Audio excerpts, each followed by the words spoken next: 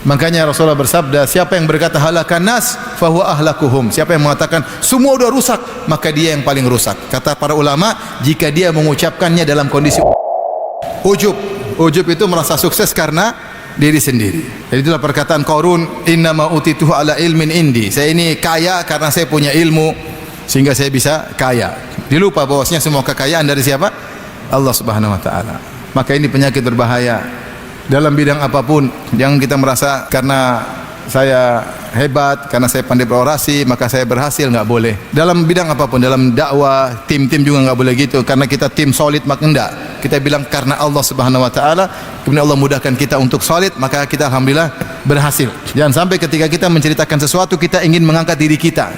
Allah tahu kita cara cerita sama orang. Saya begini loh, itu ada di situ enggak disertakan Allah? Atau ketika kau cerita, kau menunjukkan kau hebat? Allah Maha tahu. Nabi Sulaiman alaihissalam ketika berhasil mendatangkan singgasana Ratu Bilqis dalam waktu sekejap, sebelum mengedipkan mata, apa kata Nabi Sulaiman? Hadza min fadli Rabbi.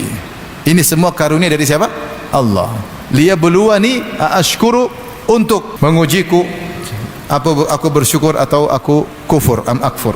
Maka seorang jangan ujub. Kapan terbetik dalam dirinya dia hebat, dia bilang semuanya karena siapa? Allah. Hadza min fadli Rabbi. Jangan pernah ujub, karena ujub kalau dibiarkan nanti sombong. Ketika merasa hebat, ujub. Ketika kehebatan tadi membuat kita merendahkan orang, itu sombong. Jadi timbul pertanyaan, apakah ujub sama dengan sombong? Enggak. Ujub tidak sama dengan sombong, tapi ujub selangkah menuju sombong. Sombong itu kalau kita merendahkan orang. Kata Nabi SAW, al-kibr batarul haq wa ghamtun nas. Kibr adalah menolak kebenaran dan merendahkan orang. Ujub tidak mesti merendahkan orang, dia merasa dirinya hebat, tapi dia tidak merendahkan orang, itu namanya ujub. Saya begini karena saya pintar, memang IQ saya sudah periksa, IQ saya 240. IQ paling tinggi berapa sih? 200 berapa? 210. Saya tidak pernah periksa IQ. Maksudnya orang IQ sekian yang buat dia ujub. Yang kasih kau IQ bagus juga Allah Subhanahu wa taala. Saya hebat karena saya punya pengalaman banyak. Yang bikin kau punya pengalaman juga siapa? Allah. Kau berkesempatan berpengalaman dengan si fulan yang siapkan semuanya, mengkondisikan juga siapa?